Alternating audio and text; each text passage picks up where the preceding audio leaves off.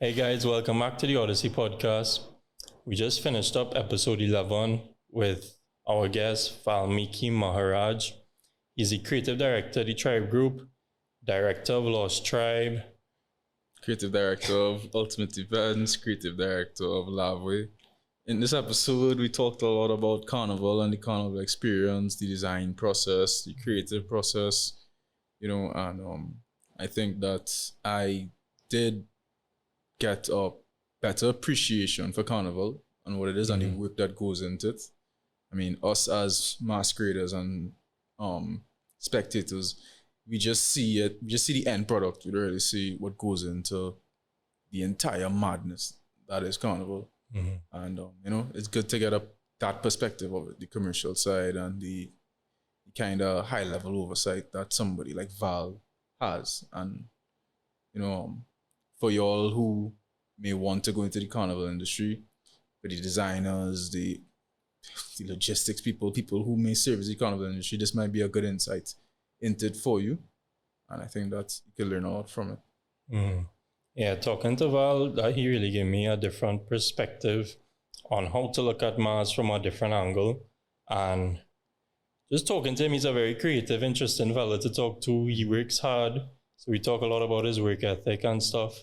And I wasn't planning on playing Mars next year, but after that podcast, you'll see me on the road. And with that said, we'll jump straight into it. Hope you enjoy. Hey guys, thanks so much for tuning in on another episode of the Odyssey podcast. This is episode number 11? 10. 11 or 10? 11. 11. You're having such a great time. You're not even count how many they had. Anyways, that's a big milestone, and I just want to say thanks so much for the support. If you appreciate the content that we put in out, like, subscribe, share, follow us on all the platforms, Instagram, TikTok, and YouTube, and then we now on Apple Podcasts and Spotify and thing. So we did the intro already. All you know who we sitting with. The man, the myth, the legend, the mass man. Am I watching this thing and talking to them? I'm talking to you? No. Well, it's a conversation between right, us. But if you want to tell them anything directly, you could talk to them and look at them in the eyes. Yeah. Periodically, I'll punctuate. Yeah. Anyways, so Val, you want to know my description for you, boy? Afraid. Go. The Indian Peter Minshall. It's both hilarious and humbling. That's big. That's a big humble and a big pressure. Nah, honestly, I real look up to you. As soon as I discovered you and just keeping track of your Instagram and things, because we've been in talks for a little while about the podcast, and your work ethic too. So like the way you are, it's well deserved, right? Because anytime I look into message Val, he online on WhatsApp and I know he working. And when I watching this man Instagram stories, I literally getting dizzy. He always doing something. Me myself, dizzy constantly. But anyways, this is the Odyssey podcast, so we know we had to start your journey. So let's take it back to secondary school. Tell us a little bit about your experience there. All the way back. Yeah. Tell us about that era and anything we need to know that kind of helped shape you, kind of helped get you to where you are today. I don't know. Okay. High school is what? So I went to QRC and I mean, I loved everything about it, Like anything in high school, you have your ups and your downs, everything. You're figuring out life, everything about it. I mean, in every way, that means everything that anybody interprets that. I mean, but it was great. And I look back on that era of my life, like my teenage years, with a lot of affection. I feel like it was a time that I discovered a lot of things, not only about myself, but my country too. So like something I talk to my friends about all the time is up to Form 5, I had no intentions of living in Trinidad. I used to go to visit my family in Canada all the time, and Canada was home to me. It was like when I was much younger, I spent some time there every year for, what do you call it? Well, in them days, you used to call it July, August vacation. Now they call it Java. But, when you have your time off, you spend time with my cousins or whatever. And I had applied to schools and everything and said, okay, I identified schools, to say this is where I want to go. So I had all intentions of leaving after Form 5 exams. And my mom said, why don't you try the sixth form? Do it for 2 years. What it will hurt, spend time just enjoying it. And I don't know if she knew something that I didn't know, but during that time, I fell in love with Trinidad in a real big way. I always parallel it to starting to lime like an adult without having to spend the adult money. Because, I just like, I don't know, I discovered things about the island and things about us that I didn't know before. It's not that it wasn't there, I just didn't know it, And then going to QRC, you grew up in the backyard of Hearts, where Hearts was on Alcazar Street. And so I would spend a lot of time in the mass camp. Now, given all of this time, I had no intention of ever becoming anything in Carnival, because Carnival wasn't an occupation. It wasn't I want to be a mass man. At that time in my mind, I had other academic intentions. But yeah, the exposure of that's where I started playing mass. I started going out, and there's no other way to say it than I fell in love with Trinidad. Yeah. But you said you had other intentions. So what were your interests back then, and what did you see for your future? So it was always fashion. So I applied to a number of different schools, inclusive of ones in Toronto. This was now during sixth form, and got in, came to my mom and said, okay, I want to be a fashion designer. This is where I want to be, whatever.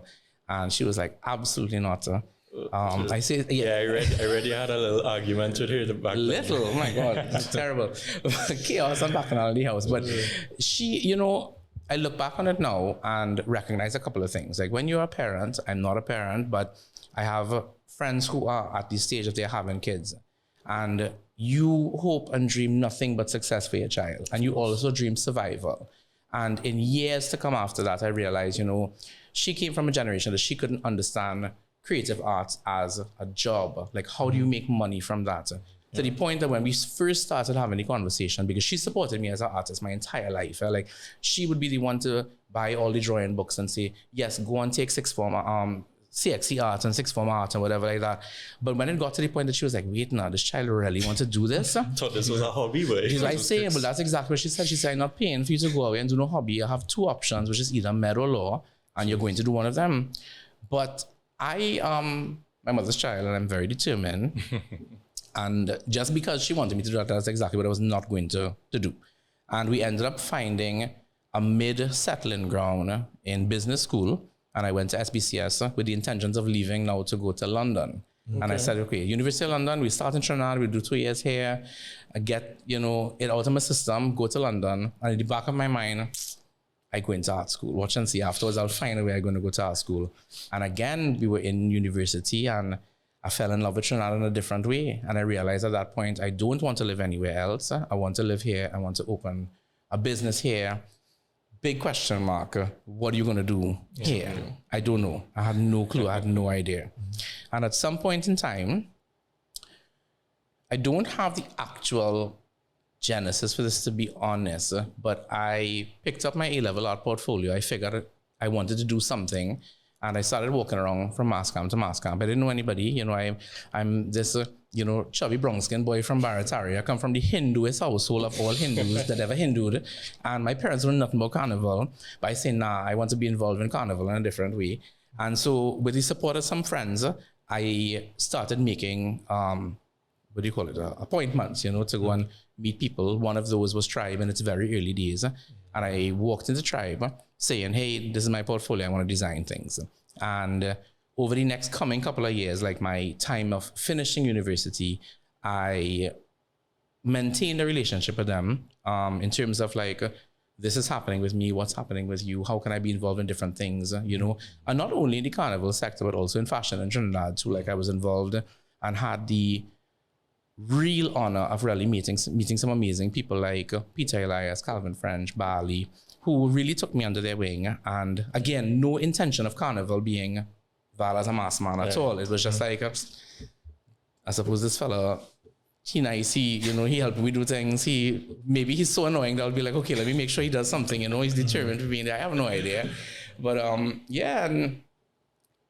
it came to a point where I remember distinctly I was in my last year of school, and Dean messaged. I missed the call, and he said, hey, Monica wants to costume design, come meet in the mass camp. And the rest is history from there. Every single year, from that point forward, I distinctly, I can recall looking back at what I did for a particular year, like roles, responsibilities, whatever, and I see growth every single year from that moving forward. I can't say, okay, you have moved from this to that to the next, but, you know, I see whatever was put in or whatever was experienced contributing to what came afterwards. So it wasn't a matter of you like aiming for any specific like end goal. It was just like a natural progression of you do this, you learn, you move on, and just you wanting to be involved created the opportunity for you to grow through, right?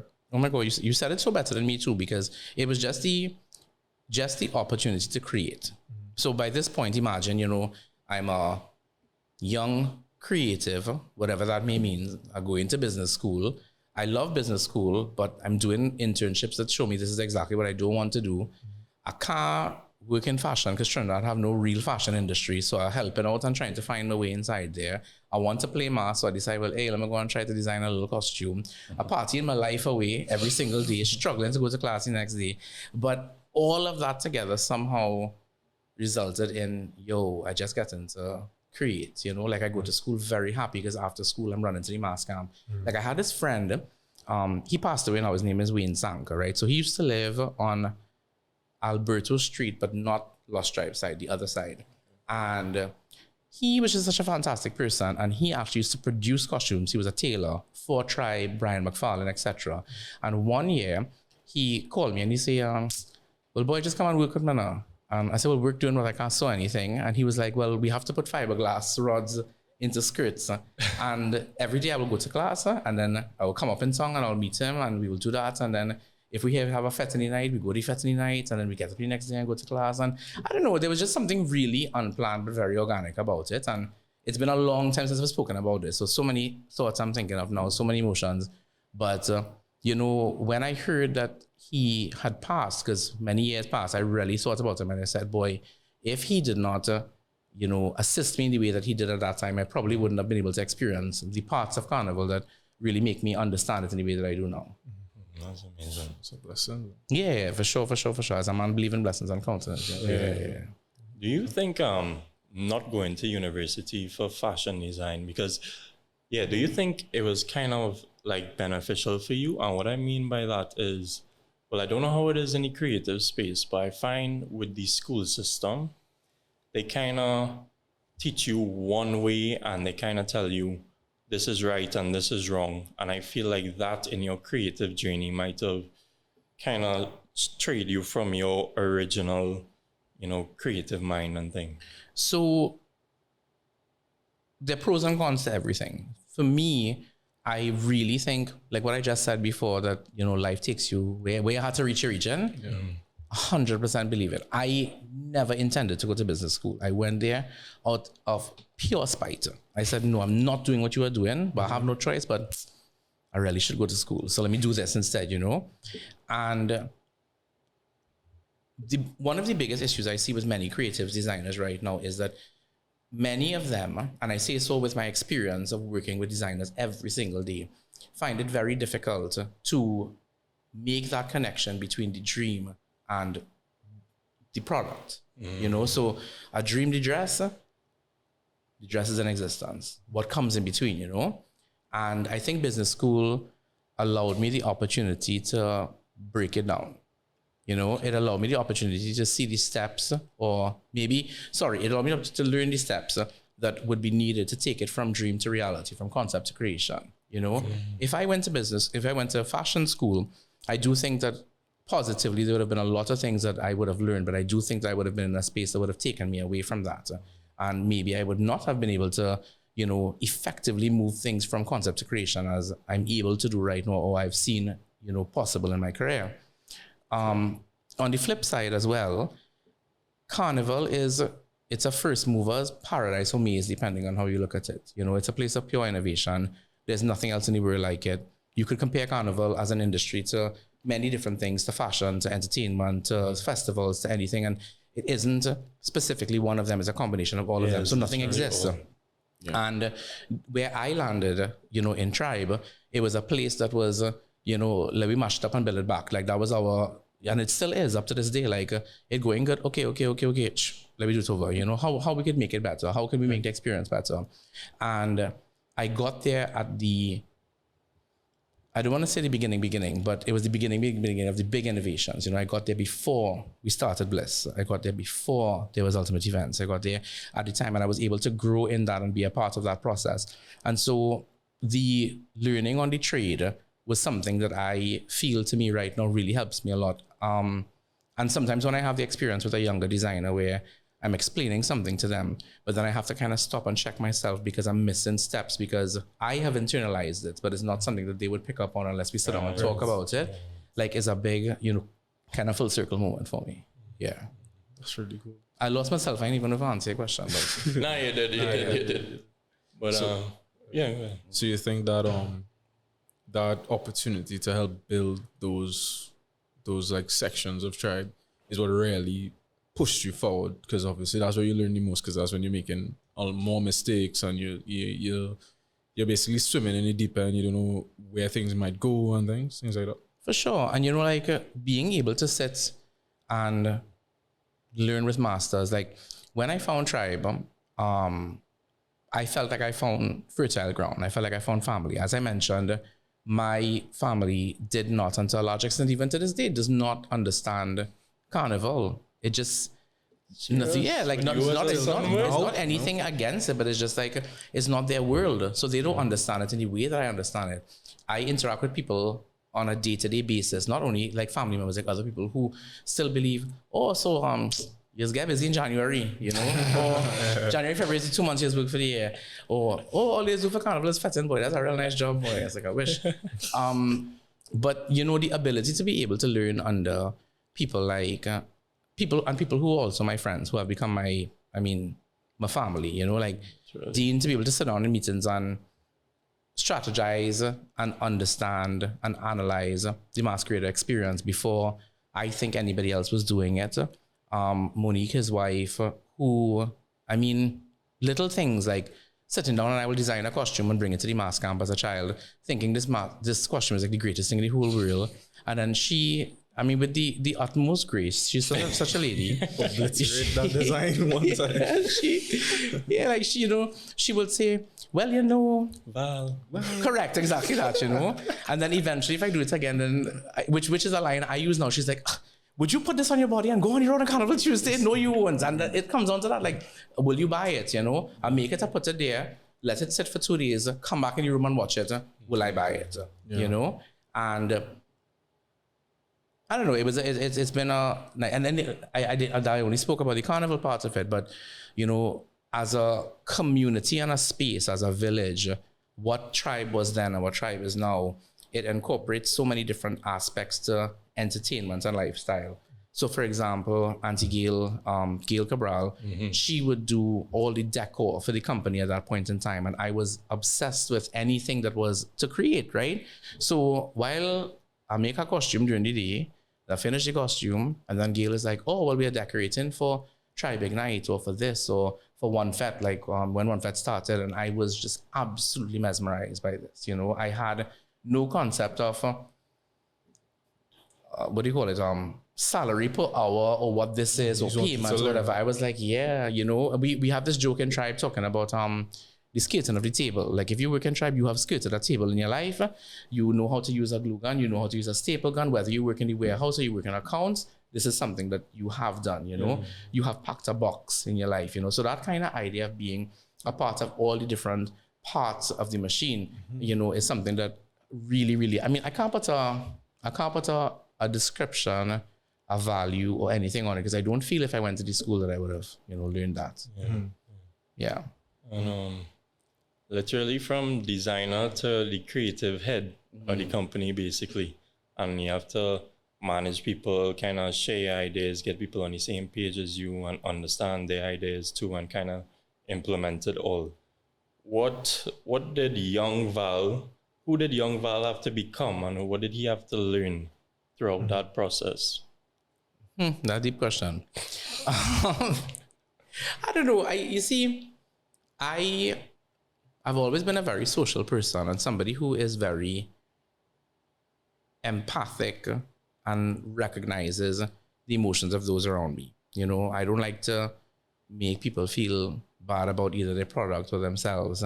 And that empathy, I think if I am to think about it, might be something that helped me relate to or speak to different people. You know, like when you work in a creative space, and particularly when you work in Carnival, particularly when you work in Tribe, you work with alpha personalities. You know, like this is not, you have a Regina George and then 5 other people in the room just kind of following what she says. This is, you have 10 Regina Georges at a table battling it to the end. And that decision might be, what color the chair back supposed to be? Like, it is every single thing. But it is such a interesting, it's such an interesting process to see and to really learn from, because it's survival of the fittest. If you survive, you know you're gonna do good moving forward.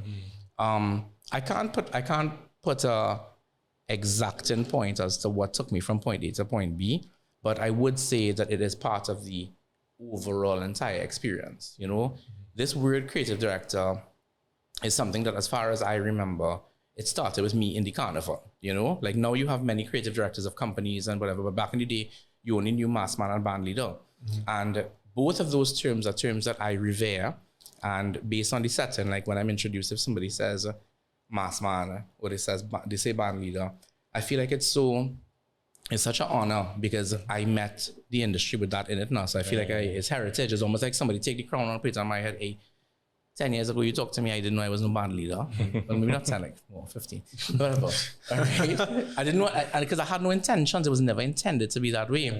And in terms of creative director, it really was Dean who came up with that suggestion. And he was like, well, okay, you don't want to be called band leader, because I told him in the beginning, when we had the Lush Live conversation, he's like, well, you know, band leader's a good thing.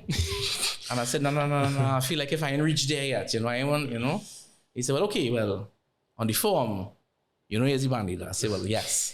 He said, well, if you want, and he suggested executive, what is it, executive creative director. And he said, okay, you will direct, you will this, you will that, whatever. But, you know, it really is a term that it blends into others, because it isn't, you can't be a director of a company, you can't be a band leader of a company and only relate to certain aspects of it. So it's not only the creative side, you know. The creative side is inflexibly linked to the experience of the masquerader, which is inflexibly linked to the road experience, which is to the price, to the everything. So I could sit down and design from now until the cows come home. If the masquerader can't afford it, how we end up, you know? Yeah. So yeah. But also to tag along to that, because you do seem like a person who's very into that whole Carnival culture and that time. But in the process of getting into the business of Carnival, you kind of have to not fully separate, but change your perspective on it to a more high level perspective, like a commercial perspective, because the way that a masquerader views Carnival is not the same way you view Carnival. So how did that affect you, that process of changing over to that?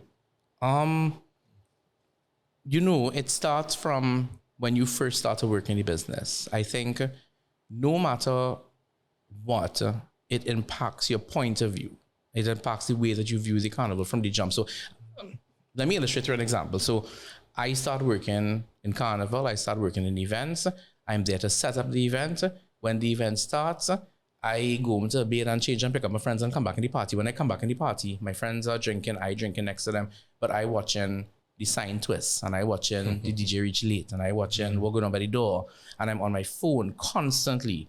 And when I always say I'm first and foremost an artist, I'm first and foremost a masquerader, but my masquerade experience is so different now compared to before I was involved in the Carnival. Must be stressful. I mean, it's part of it, but what is not stressful in this world, you know? What's not stressful in your life? Anyway you are. So I would say, yeah, it's totally different now. Like, I can't go into a party, an event, and anything and not look at it from a critical standpoint. It doesn't prevent me from enjoying it. Okay. But it really, really has changed the way that I perceive it. And I'll go so far as to say, oh my God, I love my friends and thank you to all of you. Like, it's changed the way that they experience Carnival too, because And I really love them for it. It's really a village that's raised here. I don't think I would have been able to do what I do without my village around me.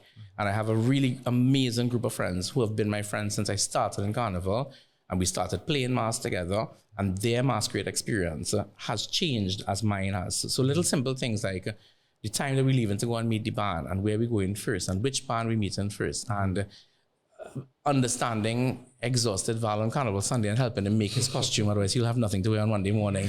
You know, like, and that's a running joke for us. Like, my friend, his apartment. Anyway, so we have a we turn it into a mass camp, and everybody just kind of gets there on the Carnival weekend, and there's food, and there is just an energy that I look forward to. Like, that is my Carnival experience now. Yes. And then we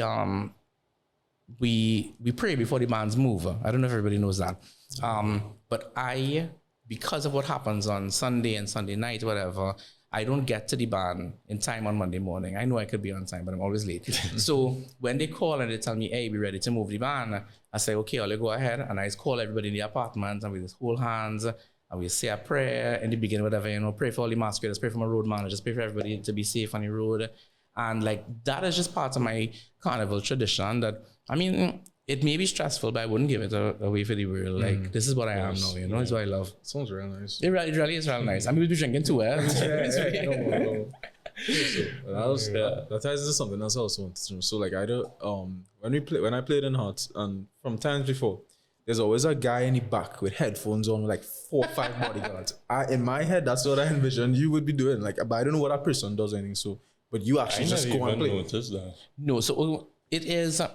So, okay, so that person would have most likely been, if not your road manager, one of the cluster managers, or somebody who is part of the entire road management team. So we have a very extensive road management team that does not, it spans across all the bands in the entire Carnival. You can't manage a band by itself. So you may have seen people from other bands that were around the corner, or you may have seen somebody handling your band itself.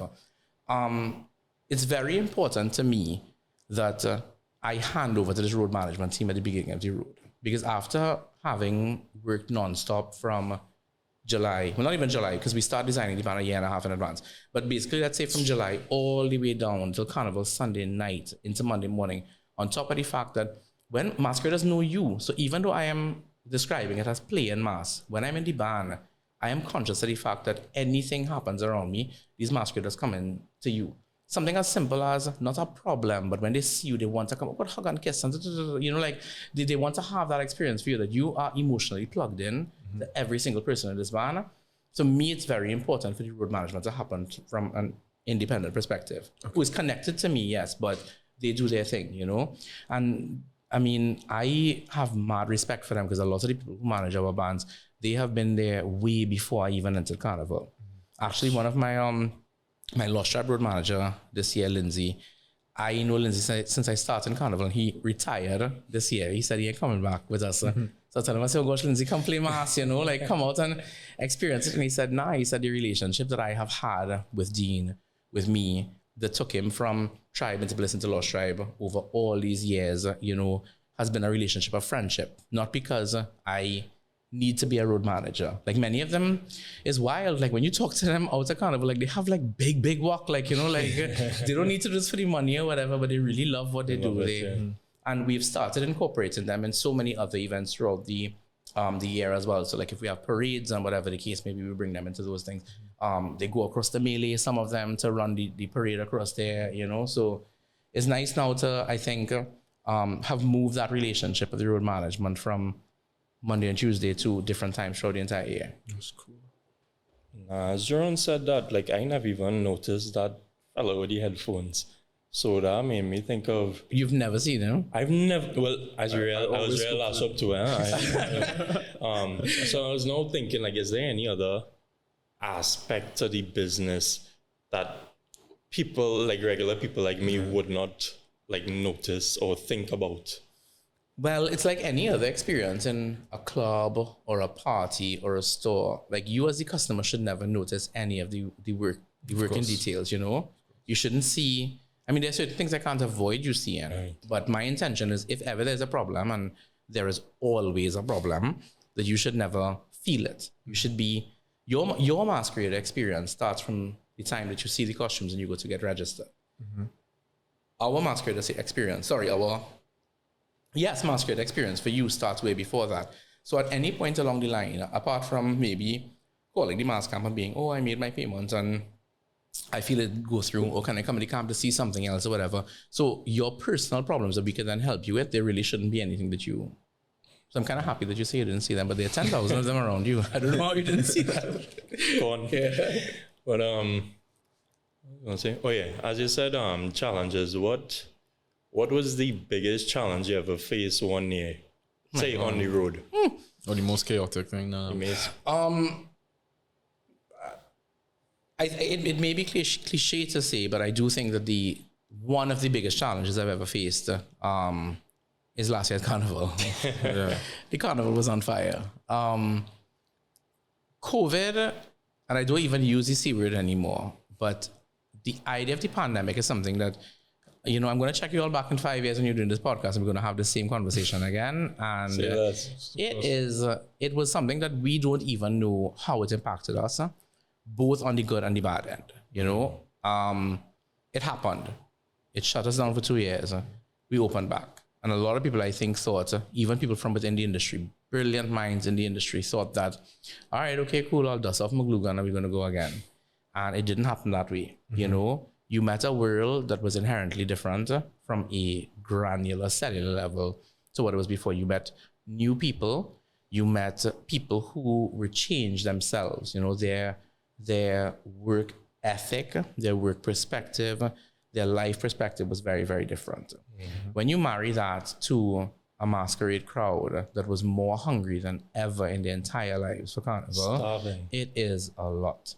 And, I think now anybody who's interested in Carnival, they would have had the conversations about production lines and timelines and where, who, and who make what and whatever. I have no interest in even having those conversations anymore.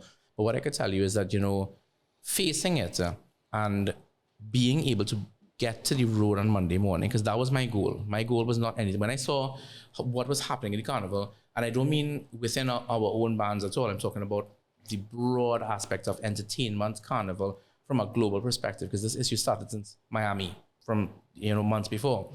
I said, if I make it to the road by Carnival Monday morning, that is me there. Like, I'm happy. That's my achievement, And when I say me, I mean my masqueraders, because I ain't hitting the road, my masqueraders, I hit the road, Anybody who had an issue, that was the conversation I was having with them. I said, listen, I can't control what has just happened, but I can control what is happening from now on. You talk to me, let me talk to you, and let me tell you what we're going with. I'll be honest with you, and we move from there. So it was very difficult because I think it was a very logistics-based emotional problem, if that makes sense. And the fact that we were able to come out of it is something that I hope that one day somebody documents. And I don't mean from us alone, like from the artist perspective, from DJs, from the road management, from everything, I hope that somebody looks at people who love Carnival with every iota, everything in their body, but they had to sell their business because they just wasn't making no money. They had bills to pay. Like, that's hard, During the pandemic, that was some of the hardest conversations for me to have, where I felt like, okay, I'm making no income. I have no work. I ain't creating nothing. I'm in these four walls and I'm losing my mind.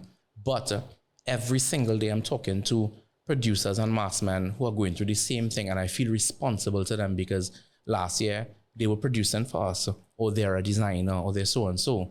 Something as simple as like, remember they were like these government forms to ask for help, and people coming to us for us to help sign up things and stuff like that. And even though technically we're in the same boat, I was like, the kind of conversations you have to be able to help somebody do that is insane.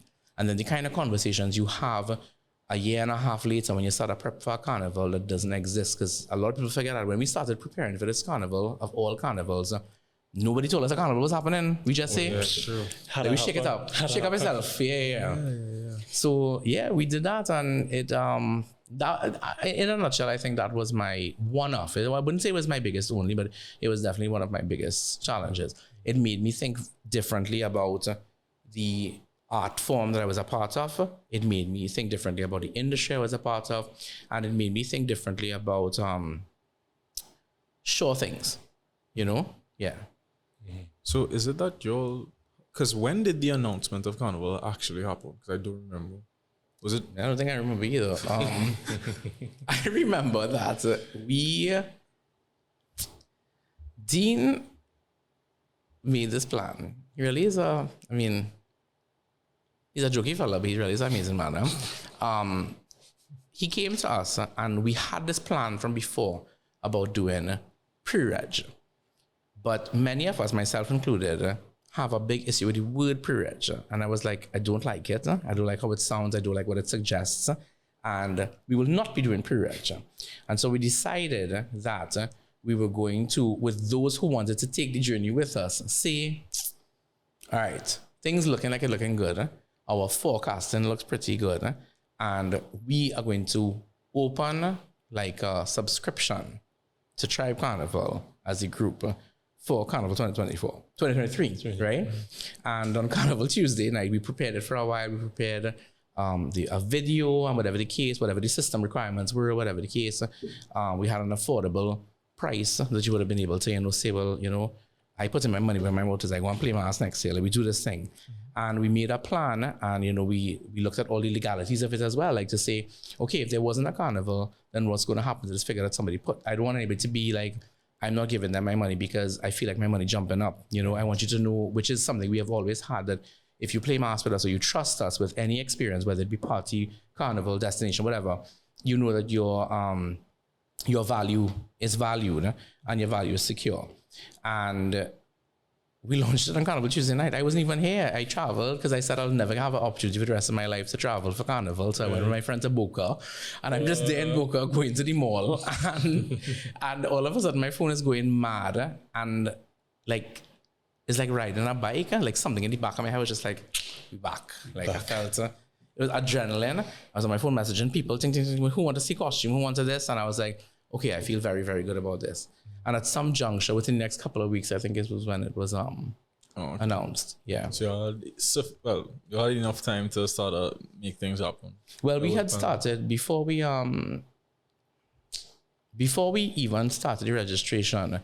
As I said, it's like your car's been down for a while. You have to service it. So we started designing from before, but the designing process, it took really long. So even though I'm saying we started from before, it was in time with, like getting designers out of their rut. Like so many of my friends and my cohorts, they were so depressed. Like they were just like, I feel like if I ain't making no money and I don't know this is what I'm supposed to be doing, and I opening at this and at that and who open salon and who open this and who, it really was a different time. Yeah. And for Carnival, right? Say for Carnival 2024. When do you all start preparing for that? Do you all prepare right after Carnival 2023, or does that process start from even before that? Starts before. So it is impossible for you to start and prepare for a carnival if you start after a carnival. Anybody who tells you that's what they're doing, they lie. Is that because Tribe is so big? Like maybe a smaller band? That's because Tribe is so efficient. It is. Okay. It is based on a number of different factors. So if you have a very small band that you are producing based on 100% locally sourced materials, production is happening in Trinidad, sales is happening in Trinidad, all of that, etc., etc., etc., maybe I could argue you can start after a carnival to be able to continue from there. But the majority of carnival, I wouldn't say the majority, sorry, all of carnival materials are sourced from outside. We are not a material producing nation. Everything from cloth to glue gun to everything we have to bring in from somewhere. We have companies in Trinidad that bring some of those things in. So we buy from Samros, we buy from Tulip, we buy from Jimmy Abood, Miguel Moses, UFIs. All of these are our cohorts who have really been carrying the carnival on their back for years because they support all these small men in terms of accessibility, But when you get to the size of a family of bands, remember Tribe is 6 bands and Juve band and this and whatever like that, you need to start to prepare things from a long time before. From a creative standpoint as well, the turn that I have taken with Lost Tribe, sometimes it takes longer for my team to execute a theme. It takes more time because the themes require a lot more thought. They require a lot more development. They require a lot more research. So it might not be as literal as, a fish is a fish and a bird is a bird, Like, for example, last year, we did 2020 and 2020 coming out of the pandemic was me telling them, here, what now? Because I had a whole lot of theme developed. I'm a big mood board person. So in my house, all over the walls, I had paper stuck up like a crazy person. And that's what I was doing during the pandemic. I had time. So everywhere is a different theme or whatever. That's I knew what we were doing. And then when we got to the point that we were ready to do it, I was like, creatively, this can't be it. I can't be coming out of the biggest thing to change the whole of mankind ever in my lifetime and generations around me. And I come in to tell you about fish. That shit, I can't do that. So 2020 was a moment for me to tell my designers, here, what now? Let us define the future. You tell me, let us do a manifestation, a self-actualization, or a letter to what the future is going to be, and each of you design what you want that to be. That was such a long process, but it really was such a beautiful process, So a designer, Atiba, coming to tell me why he wants to call this costume true and why he feels truth and what aspect of truth he's looking to go through. There's so much more that we experience in that design process that really isn't communicated to the masquerader or the wider public, because it's part of your personal process sometimes, But it really was a very beautiful one, and it took a long time. Yeah. But also, like, if you're starting before Carnival, then obviously you'd have to like allocate people to be working on the next Carnival while other people are working on this Carnival, or is it one of those things where it's like a sequential thing, and then the steps that are already finished and people who are freed will go back and then start for the next one? Because I already don't understand the Carnival making process. You're very smart. Yes, how to balance it. So basically what we try to do is schedule from a while before. So in a nutshell, a year and a half before, I would meet with my team with my prepared concept and presentation, right? Many times, because it's a year and a half before, there's a level of flexibility that I leave. But a level of flexibility that I have to kind of identify within a range, to say, I can't even think of an example. I was going to say, like with this year, for example, if I tell you, hey, we're designing birds, but the birds is local birds, but I'll check you back with the story. What I try to do is I try to give them something that inspires them, It's very important because, back in the day, I'm very honored that you mentioned Minchell, but Minchell comes from a heritage with himself, Barkley, all these people who there was a person and a creative mind that conceptualized and designed a band.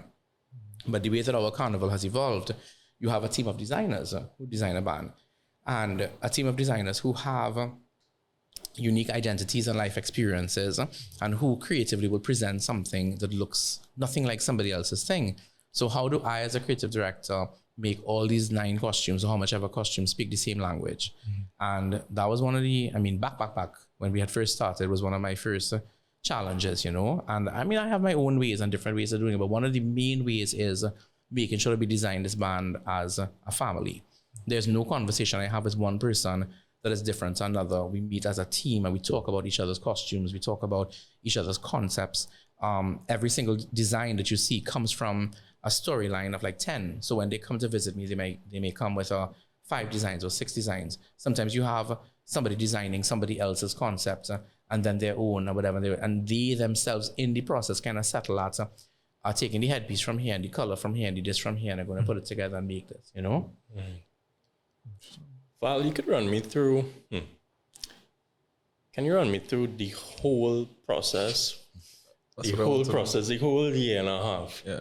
From inception to the end. I always wanted to understand the business behind Carnival, like every single step. If you could, if that's not like secret information. What I could tell you is I could talk to you about my process, but if you talk to 5 massmen, 5 of them are going to describe 5 different things. Like as I said before, there's no rule of thumb in this thing. Okay. Well, you could think about like if you left tribe and you're starting your own band from scratch and you had to build it to make it happen. Like, I guess that would better paint a picture of what we're trying to get deep to kill us. Yeah, I don't know how to do it. I said, well, we start a band. If I went to start a band and he wants to help us out. Well, what I would say is that your band, not your band, your concept needs to come from some truth. Whether you open a band or you develop a theme or you decide you want to bring out a party, or you decide you want to bring out a particular experience in the carnival, whatever that may be. You may be a concierge person or whatever. It needs to come from some truth, and it needs to come from some need within you, you know? So like for me, when Bliss was happening, I was very, very, very happily part of this process, you know? I had a section was doing good. I had more than one section, you know, I was designing across the board, and I was really, really, really, really, really happy. I got in a car accident, and it was like 2 weeks before Carnival. And I don't want to be cliche and say it was a life-changing experience, but I think looking back on it now, it definitely was, where after the Carnival was finished, I went and I met with him, and I said, Dean, I done with this. I feel like if I don't have to do Carnival again. And he was like, well, why? And I say, well, I feel like my creative soul just hungry, and I don't know why, you know? But I feel like I feel like I reach where I'm going, you know? And it was doing well. I was making money. I was, you know, happy. I was, you know, popular or whatever. I don't know what you would say, but it was good, you know? Top dog. And I was like, you know, there came a point, and, you know, when I spoke about the relationship that we have, or the relationship that I have with other people in the mass camp, it led to conversations that I could only have with somebody who was a friend. That led to, he was like, well, what do you want to do? Think about it. What do you want to look at? And we sat and we spoke, and I went home and I dreamt of this thing that didn't have a name at the time. But I knew who my masquerader was, and I knew who my Bliss masquerader was, my tribe masquerader, my friend masquerader, my family masquerader. And I knew what people were asking me for. And I said, you know what? I feel like if this is the band, I want a band that nods to the past while recognizing the future. I ain't designing for today, I ain't designing for yesterday, I design for tomorrow, you know? I want a band that my masqueraders, and I say that very boldly, my masqueraders, whether you play mask now, you don't play mask now, you should be able to see yourself in, you know? I want a band that pays respects to like the Trinidadian heritage of storytelling, which I felt very terribly was just being lost in the Carnival, you know? And I said, if I'm doing all that and we put it out there, whatever like that, I said, he said, well, what the band gonna look like? You know, what we design? And I say, I ain't know that part yet. And I decided, we decided, let's take a couple of weeks and work on it. And I hope this is illustrating the stages there, right? So you have concept now, and I say, well, I ain't know if nobody go like this. I ain't know if they go buy it. I had to design some costumes to see if they like it. And so I designed some costumes. And I call a quorum of friends or people who I respected and say, come in the mass camp for something. I never told them what they were coming to. And they came, we had some wine and stuff, and I told them, I said, well, I did a presentation. We conceptually looking to open a band and go in the showroom and see 3 costumes, and they were like, well, they didn't expect to see anything. And they walked in, they saw it, we got great responses. And when I got the responses that I did, I was able to kind of shape the prototype in and say, well, okay, design 3 more, let me go. And then we decided how we were opening it, and the rest is kind of history from there. But I think in terms of process, it needs to come from a truth. It needs to come from something that's authentic. It needs to answer something in your industry or in your space, I can't just decide, okay, well, you selling red pants, I go and sell red pants too, I mean, there's a truth to that in itself, as a business, but I feel like if the successful businesses I've seen have come from something that really recognize a unique standpoint and point of view. Mm-hmm. So that's Lost Tribe you're talking about, right? Yeah, well, yeah. Right. Yeah. So you said, like, with some other bands, the Trinidadian heritage has been lost over time, right? Mm-hmm. But at some point, it had it, right? Mm-hmm. You don't ever worry that Lost Tribe might eventually evolve into that same loop?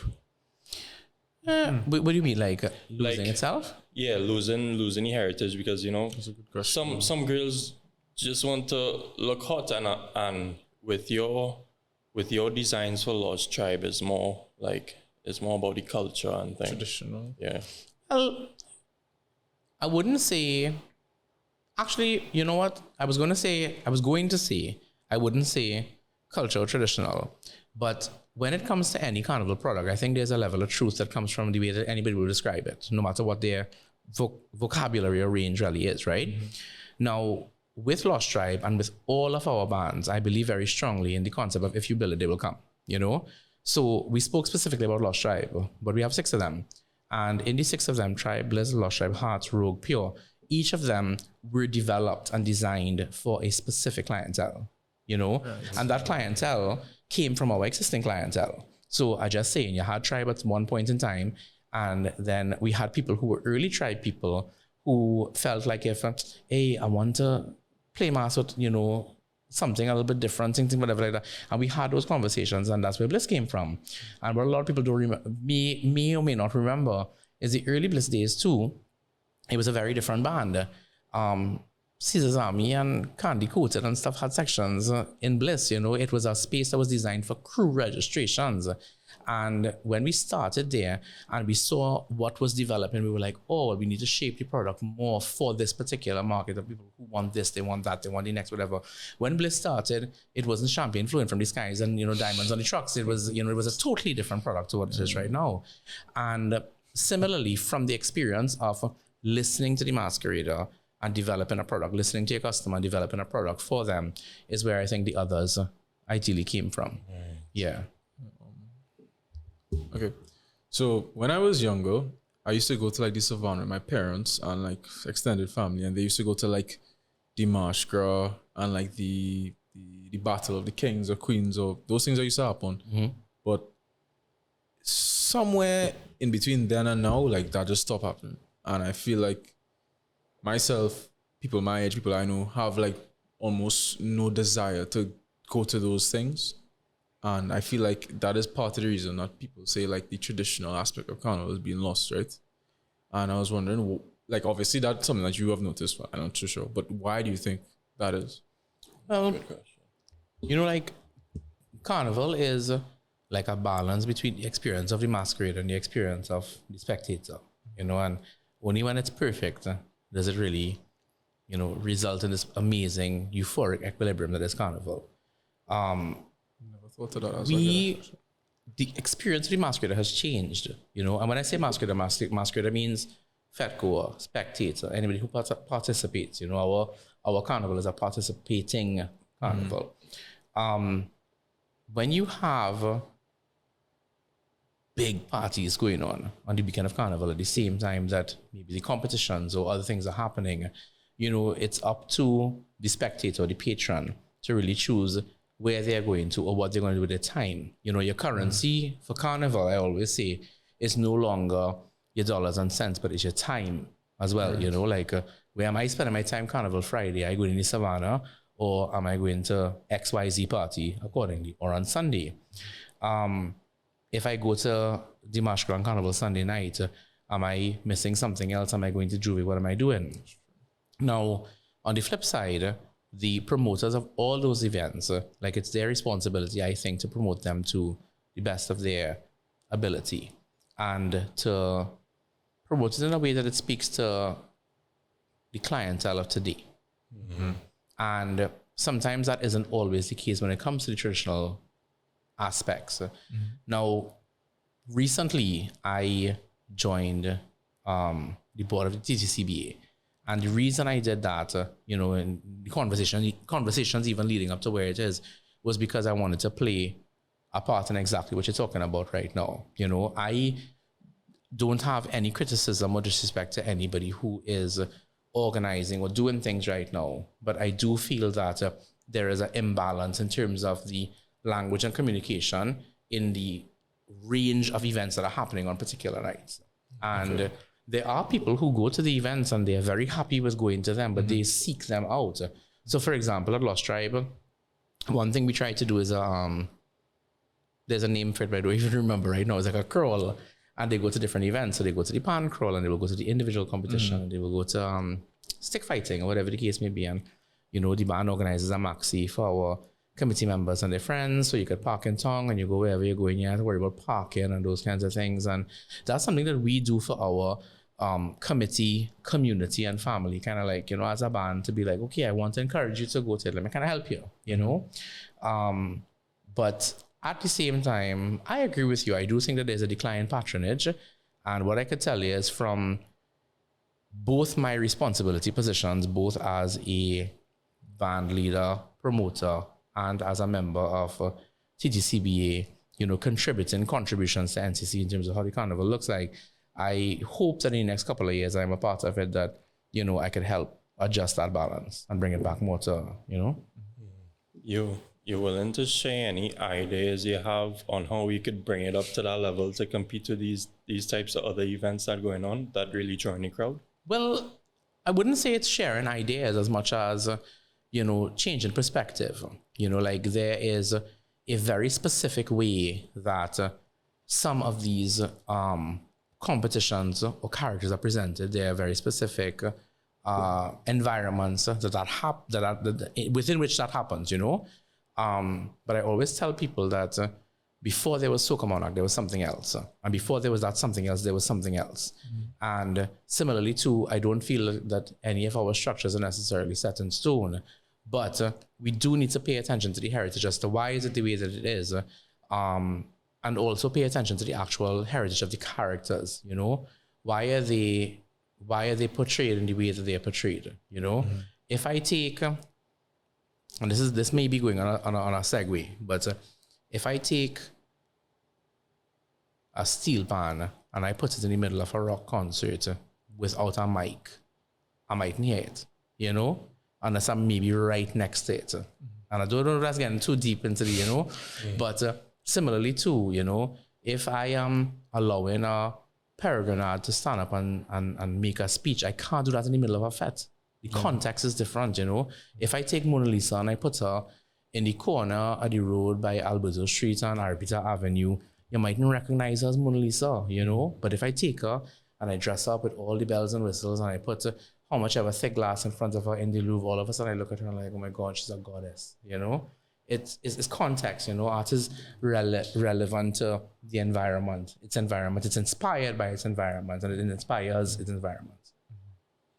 And it's interesting that you brought up spectator and masquerader having like a not equal but a significant part to play in the experience of Carnival, because I've never thought about that until you just said it here. Because now that I think back and earlier this year, like when we were playing, at least probably like the 3/4 of St. James was empty. Tragedy Road was empty. Mokrapa Road was empty. Only like on the avenue there were spectators, and you could tell how different it was on the avenue versus St. James and Mokrapa Road. But I just didn't think about it. But why is it that it's not like that anymore? Because before it wasn't. What are you giving them to see? Like when you stand and look at a band, and this is I preface by saying this is no criticism of bikini and bead mass or old time mass or new mass or young mass or any mass altogether. When you stand in the stand and you look down at the presentation, what do you see? Do all the bands do presentations? Maybe not. Doing a presentation is very expensive. I don't blame anybody for doing or not doing, When we look at the masqueraders, we see a sea of heads and shoulders. Like by the time 200 of us standing next to each other and you're wearing this and that, whatever, all you're seeing is here. So if I'm not wearing a headpiece, so what am I looking at is what I say. What am I coming to town to see, Sure. So, but it's a bigger perspective conversation. Like, is it the responsibility of the band leaders when the band leaders being a businessman selling? Exactly. Can I vex with them for that? Or is it the responsibilities of the particular judging stations who the organizers of that, your responsibility is to put on a show, Now, if I am to draw the parallel or make the comparison, let's say like Soca Drum that we are involved in, right? We recognize that many of our bands across Soca Drum are bikini and bead mass bands. They are designed and their experience is designed for the experience of the masquerader. It's party bands, basically. When you're crossing the stage, I want to give the spectator, because I'm now involved in that aspect, the experience of seeing something that is a show. So I'm just saying, band A pass, I have a king and queen then come on stage. Band B pass, I have Kes come and sing a song. Band C pass, Teja come and sing a song. Band C pass, Midnight Robber come on stage and do something, whatever. And it's a constant show from morning to evening on Carnival Tuesday. And we bring and spend money behind big soca artists and stuff who would be on the route for Carnival, but they have times that they're slotted in to come and perform, because we feel like if you are taking your time to come into the stands to look at the Carnival, you need to look at the Carnival and see something to see, Yeah. So there's that aspect. On the flip side of it as well, like, you know, when we look at the carnival, the style of costuming has evolved into something else. I'm not saying that there isn't room for the wide gamut of all the different kinds of costumes. But as you were saying before too, you will always have something that may be more popular, equally as popular, differently popular to something right now. Nobody could tell me that bikini and bead mask is more popular than anything else because you have bikini and bead mask bands and not selling, right? So it means that if that was the most popular things, that as soon as somebody brings it out, it will sell out, you know? Right. But you see a change, you see an evolution, a constant evolution of the carnival like that. At the end of the day, we are show people as Trinidadians. Anything that we do is always taken up a notch. If we cook in, is a little bit more salt, a little bit more pepper, a little bit more seasoning. If we dress in, is a little bit more something else. Like sometimes people use the word coskel. Coskel, I use it here in a positive way, you know, is always the addition of something a little bit extra in every single thing we do. We telling a story is not the girl went down the road. It's the girl went down the road and she went by the It's always a story about something. If we are showmen, show people, and our nature is embedded in showmanship, there must be something to look at in our carnival.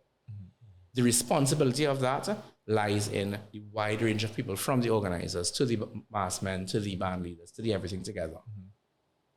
I kind of realize in my life with different people I've met and talking to different people from different fields that there are a few people that have no issue with thinking outside the box.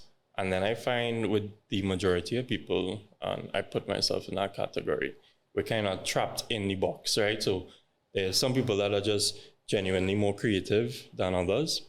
And I want to know what is the cause of that? And I think I boiled it down to 3 things. And you'll tell me if it could be more than that or if it's any of these 3. So is it something that parents subconsciously or consciously do in the raising of their child? Is it something that I could implement right now to make myself more creative, whether it be different activities I could do or something? And then the third one is, I'll cut out this part, I can't remember the third one. The third one is, is it just a natural born gift? Well, I do believe in there is something that comes from somewhere else, but I also believe in the structures of life. Like, no matter how creative you are, you create within structures, you know? I always kind of make the joke too that I said, you know, if you try to take the masquerade a mile, sometimes they wouldn't go, but if you take them inch by inch by inch by inch, they will, you know? So even when you innovate and you innovate outside that box, you innovating outside that box within a box. Sometimes you don't even know you're in the box, you know? Yeah. But you just know, you know? I mean, the concept of the box does annoy me. Like, personally. Like, I am, I suppose, maybe, as you say, instinctively charged to jump out the box. So if I see something looking the way it's supposed to look, I think, I fed up. You know, I want to do something else. Yes, there are people like that. So that's where I think the instinct part comes from. But in terms of how you design outside this box, I think is based on your life experience, right? Like, when you see, if the 3 of us sit down here and we put 5 materials in front of us, and all of us design a costume or a t-shirt or a shirt or whatever like that together, we are going to design different things because we have had different life experiences. Creativity is like a filter, you know, it's like the original filter. Anything I look at, anything I see around me, I will take it from here, put it in here, put it through here, put it here, and then I'm going to be painting it out on this end. And sometimes I don't even understand how it's coming out that way, but it does, you know? Like, a lot of times too, in the design prototyping experience, we would create a mood board and draw something on paper. And from the time we start to operate with materials, that concept is changed into something else. Because what we thought about in black and white is different to what we think about in color, is different to what we think about in texture, and then is different to what we think about on the road. Like, I always talk about, like, in the design experience, I design one thing on paper, that thing becomes something else in the photo shoot, it becomes something else in the lights of the band launch stage, and then it becomes something else when the masquerader wears it. Like, when you see them on Carnival Tuesday, they are just as much a design in in this process or creative in this process as I am, because our mask is kinetic, you know. I don't design a costume to stand up in the showroom with no fabric moving or no jingling or whatever. When they dance it to be in. And the way that they move is inspired by the costume that they're wearing, is inspired by the character that they have decided to take on, is inspired by how they feel listening to the music at that particular point in time, you know. Why, and I don't know if this is the time to be saying it right now, we were talking about it before, but in our design process, we speak about that, you know, like, okay, if I give a masquerader a cape, a masquerader is going to spin. If I give a masquerader jinglies on her hip, she's going to give you a little shimmy, something. If I give them jinglies coming down here, they're going to give you boomerangs. Like, you know, when you design something to encourage movement, you know? Why is it that when somebody wears X costume and Y costume and they stand next to each other, they may move differently, you know? You know, so it's really like, we don't design something that stands still on paper, because our mask is a kinetic art form. You know, it was never designed to stand.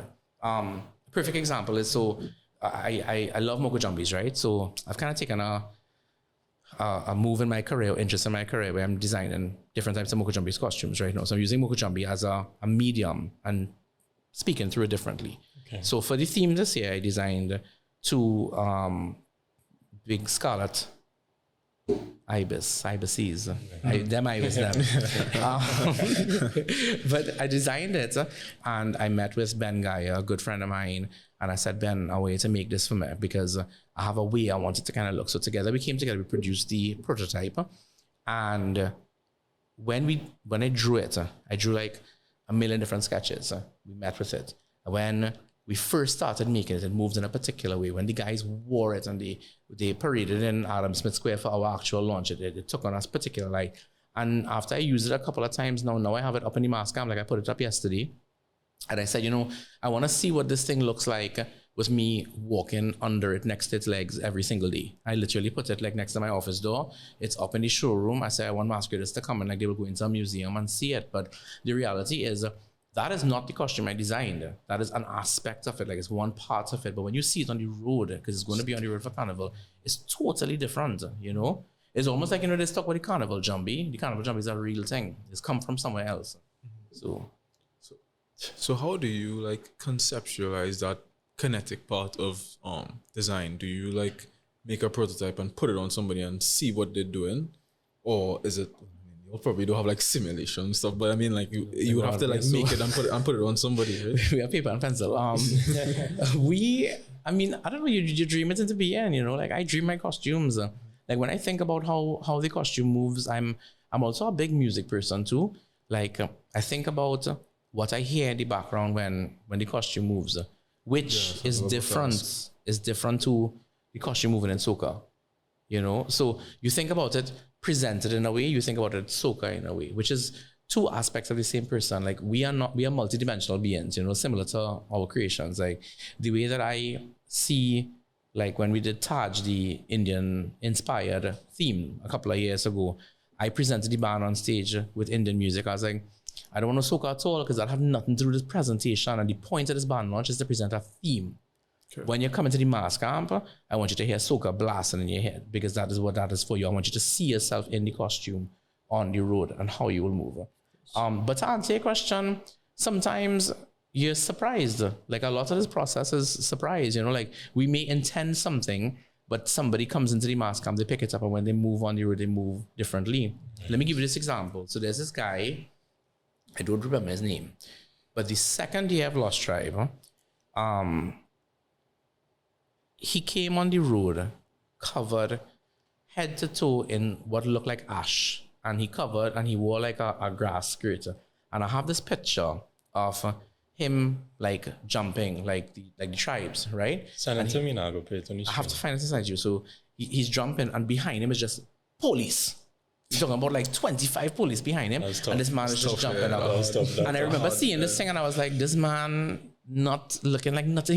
He's not from here. This is not Trinidad. This is National Geographic. Some war, some fight somewhere.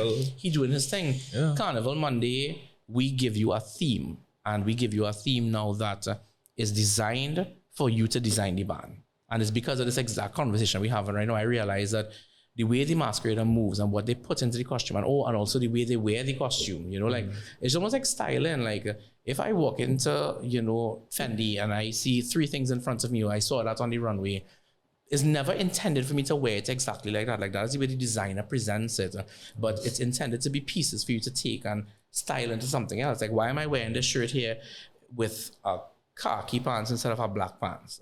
You know, why am I wearing it with these shoes? It might be comfort, but it might also be because I'm going through this kind of neutral stage in my life right now. Or, you know, and some masqueraders too, like we give them a costume and they just remake the thing totally all together and they wear it differently, you know? You know, Val, as I tell you, like, I'm not really a big mask man. Yeah. And I wasn't really planning on playing Carnival this year. But after this conversation, I feel like it gives me a different point of view to go on the road and look at it. And how about next question? You know what too? Let me tell you. Yeah, tell me. Don't lose your question. I ain't gonna lose it. During the pandemic, like we spoke a lot about that, right? The biggest thing, and I will never forget it for the rest of my life, right? When it started to get cold, so many of our masqueraders started reaching out to us, and it was heartbreaking. Like I would cry every single day. I'm not even lying to you, big man thing. And they would just reach out and be like, I am going to work every single day. And normally when I go to my cold cubicle with my scarf on, with a little window somewhere up there, on my screen, I have my Carnival costume. I have soca listening to. I have my registration. I'm trying to get this ticket for whatever the case may be. And they say, we don't have that this year. And it was heartbreaking. And it made me check my privilege to be a Trinidadian in Trinidad, like what we experience every day. It also reminded me and informed me more of what this mask does. Like sometimes, you know, in a space outside our head, we hear people talking and they say like, oh, the Carnival just give you something, it just do something else. During the pandemic, it showed me exactly what I was, you know. It enriched a part of my soul that I didn't know needed that. And when I first experienced mass on the road right after, even as a person having been involved in the preparation for that, touching the road on that Monday was something for me. I see people cry, like people just, you know, tearing up. And it's something that I don't know. I don't think I can experience, but I also don't think I can experience it because what you and you experience will always be something totally different, you know? Yeah, so my question was, it kind of off topic, but I wanted to ask it. Do you think AI will take your job? No, I didn't think so. Why? I don't know, like so that's a good question. I was just on a panel about this the other day. Yeah,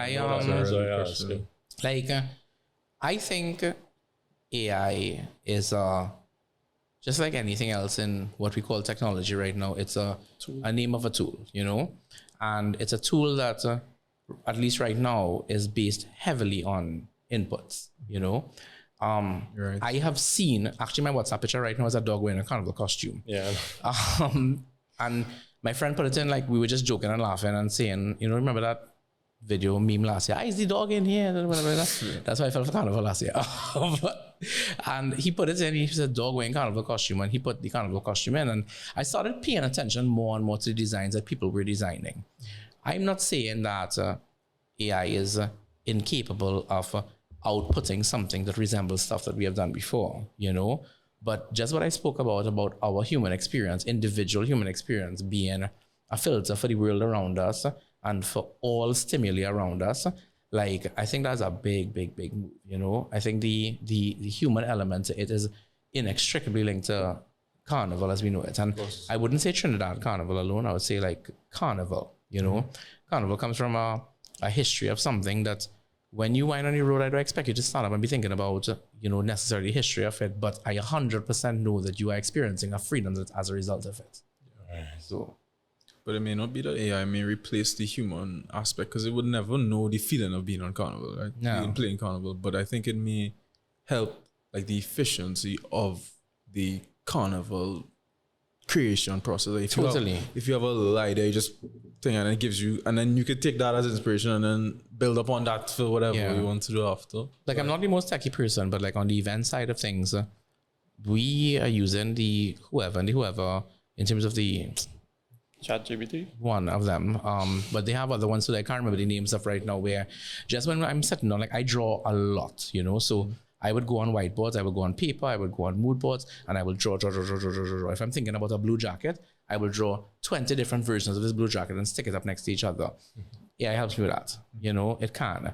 I haven't used it in the carnival aspect of yet personally. Me, I'm sure that there are people out there who probably have, but on the event side of it, we have like, I wanted a white circle in the middle of a field. The other day we typed in a white circle in the middle of a stadium, and the white circle in the middle of the stadium turned up, and I was like, okay, if I did this at any other point in time, I would have to draw it, sketch it, annotate it, send it to the graphic designer. The graphic designer will do it and he'll send it back to me. So yeah, so I think there are a lot of positives. Generally speaking in life, I think that anything that you're doing comes with a level of caution, you know? Of course. But do I think it's going to take over everything I'm doing? No, I don't think so. I hope not. So if anybody wants to get involved in Carnival, how do they go about doing that? And is it something where like, no matter what your experience is, you kind of come in at the bottom, you just like work your way through and learn everything? Or could you like go in to be a specific person inside? Or like say, I want to be a road manager. If I want to be a road manager, how do I get in there and become a road manager? Well, yes to both sides of the question, right? On one side, I think yes, you can enter through a particular aspect. So for example, if you want to be a road manager, I'm not going to have you come in being a designer, you know? But in the vein of road management, you're going to have to start from somewhere. And a big part of that starting from somewhere is developing trust with your road team. It's like a clan, you know? Right. So you may have to work with them, maybe not even in road management. You may work with them in a planning stage or something else, and then kind of move from there as to how you could not gain their trust and kind of prove yourself, you know? You don't just get the headphones just so. But yeah, but I do think Carnival is still in its you have to work from the ground up phase. It is not for the faint of heart. I would never lie to anybody. I don't believe in lying to people. I believe in telling you, oh my God, follow your dreams and go and design. But you are going to face many, many moments in your time that you're going to feel like, I don't want to do this anymore. It's not fun. It's not what I anticipated. It's not what Instagram makes it look like. It isn't what Facebook makes it look like, depending on whatever you look at. It is something that there are moments that is going to challenge every single thing in you, because your challenges change every single day and it's based on human emotion. Yeah. And what is the most chaotic thing that ever happened to you during Carnival? Whether you're playing or like in your capacity now.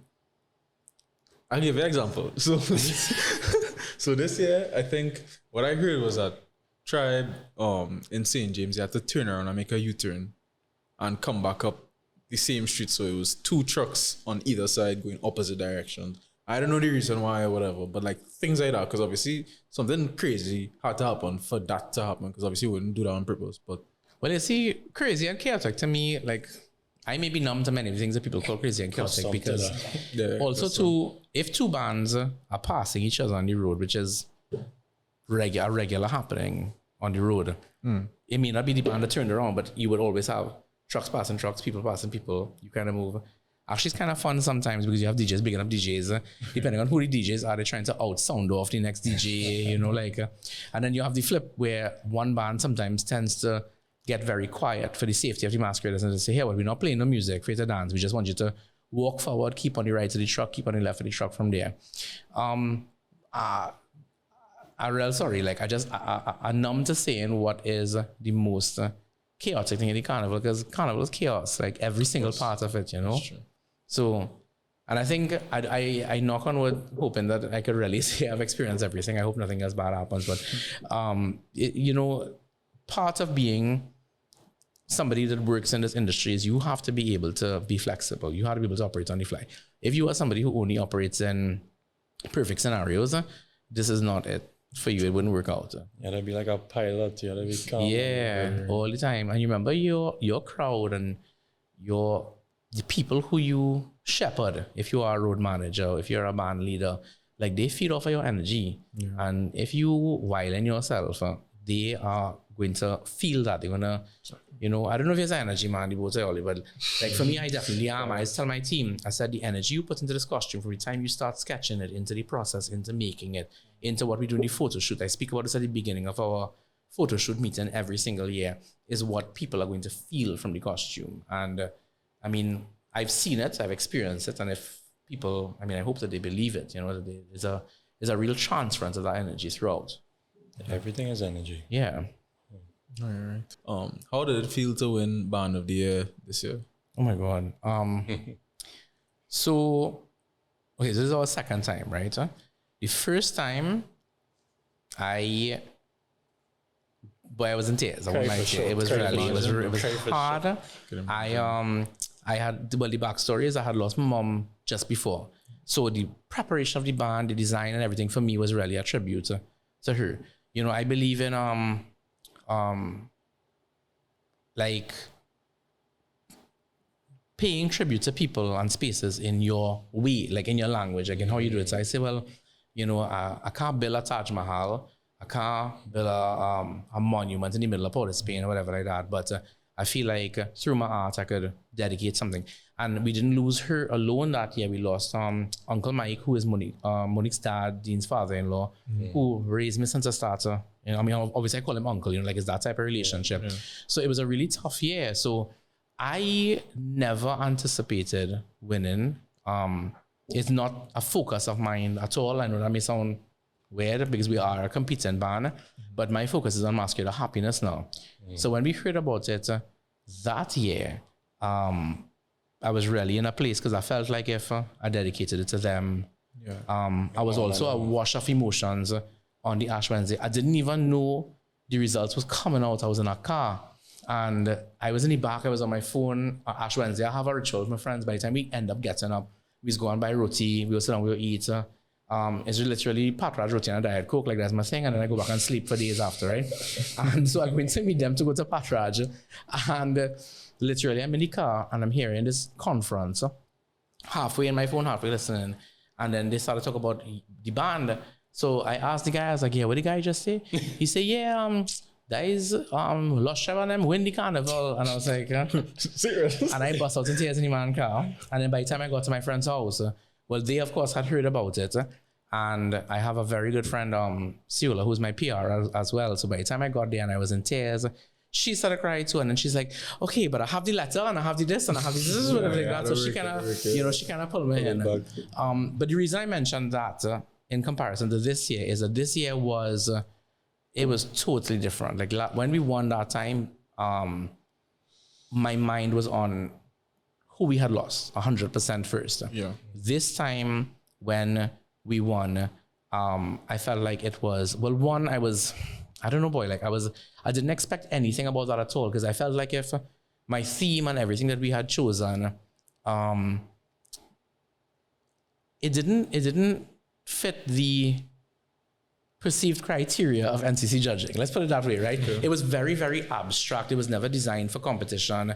And I presented from my heart. I said earlier, we putting this on the road. I spoke to my designers from before. I said, don't go expecting nothing. We're putting this outside there, let me go. And similarly, I went, I bought sushi. I was in the mass camp in a meeting and I was eating. And then the media called me. They never even told us that they were announcing results. They never told us anything. I don't know why they're like, and the media called and said, oh my God. And this girl, Laura Dowrich, she was at Loop. She's gone to a new position now. But she called and she was like in tears on the phone and she's like, I knew it. And I was whatever the case may be. And I was like, what are you talking about? By this point in time, after the carnival that was on fire, I only studied, okay, well, customer service issues, how I help my masqueraders, how we making it better. We were literally in a meeting talking about Carnival 2024, how we're going to make it better and move from there.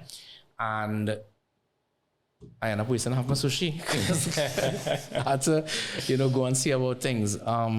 But it was a very, very emotional experience. I feel like when we achieve anything in the band, whether it be a second place, a first place, or any of the other competitions that may happen, like in the scheme of Carnival, you know, it is something that kind of, you know, like when you're recognized by your peers or your own people is different to being recognized like on the outside. So when my own people turn around and say like, hey, you're doing good. You know, I feel very, very, very, very humbled by it.